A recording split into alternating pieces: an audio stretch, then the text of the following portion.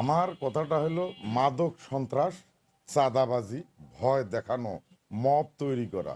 আমার প্রার্থী ইনশাল্লাহ তো সংসদ সদস্য হবেই, তাকে আমরা প্রথমত ধরবো যে এখানে কোনো মাদক চলবে না, এখানে কোনো অবিচার করা যাবে না। এটা আমাদের প্রথম প্রায়োরিটি, যে আমরা শান্তিতে বসবাস করতে চাই। জাতীয় পার্টি শান্তিপ্রিয় দল।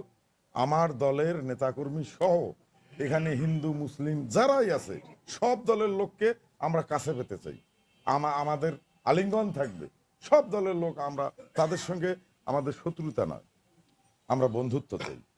আমরা এই দেশের নাগরিক, আমরা সব মানুষ সকলে মিলে আমরা বলছি যে রাষ্ট্রীয় একজন মানে পার্লামেন্ট মেম্বার হিসেবে যে দায়িত্ব, সরকারের দেয়া দায়িত্ব, এমনি ভাই বললে হবে না যে আমার এখানে তিস্তা মহাপরিকল্পনা হবে। আমরা এইটা চাই না, চাই তিস্তা মহাপরিকল্পনা হোক। যদি সেটা আমাদের রাষ্ট্রের সক্ষমতা থাকে তো আমরা দাবি করব। এই এলাকায় আমাদের প্রথম দাবি, আমরা শান্তিতে থাকতে চাই। মব এবং মাদক এটা থাকবে না।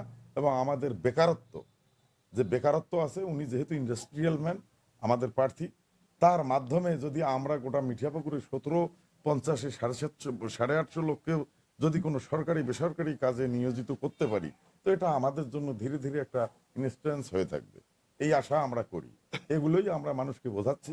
এবং দেশে যে বর্তমান ভোট হচ্ছে 12 তারিখে, এই ভোটে আমাদের স্বতঃস্ফূর্ত অংশগ্রহণ এবং ভোট যাতে হয় সে ব্যাপারে আমরা অন্তর্বর্তী সরকারের এবং নির্বাচন কমিশনারকে যে ধন্যবাদ জানাবো তখনই যখন নির্বাচন সুষ্ঠু এবং নিরপেক্ষ হবে।